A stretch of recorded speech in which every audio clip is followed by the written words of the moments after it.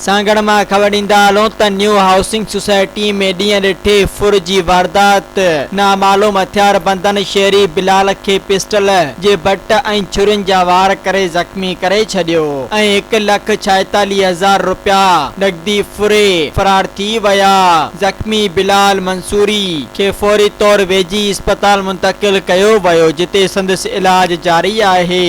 वाक़े जी इतला मिलण शर्त पुलिस शहर जे मुख़्तलिफ़ हंधनि ते नाकाबंदी करे छॾी आहे। पुलिस मौजूदु वाक़े जी जांच जारी आहे ऐं जवाबदारनि जी ॻोल्हा कई पई वञे। वाज़ेह आहे त सांगड़ में कुछ ॾींहं अॻु बि झोल रोड वटि नामालूम फौरन मोटरसाइकिल फुर दौरान मज़ामत ते शहरी मीर मरी खे गोलियूं हणी ज़ख़्मी करण बाद फरार थी विया हुआ।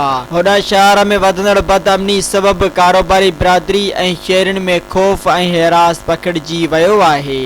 सब्सक्राइब कयो अवामी न्यूज़ HD खे ऐं ताज़ा तरीन ख़बरुनि लाइ ॾिसंदा रहो अवामी न्यूज़ HD।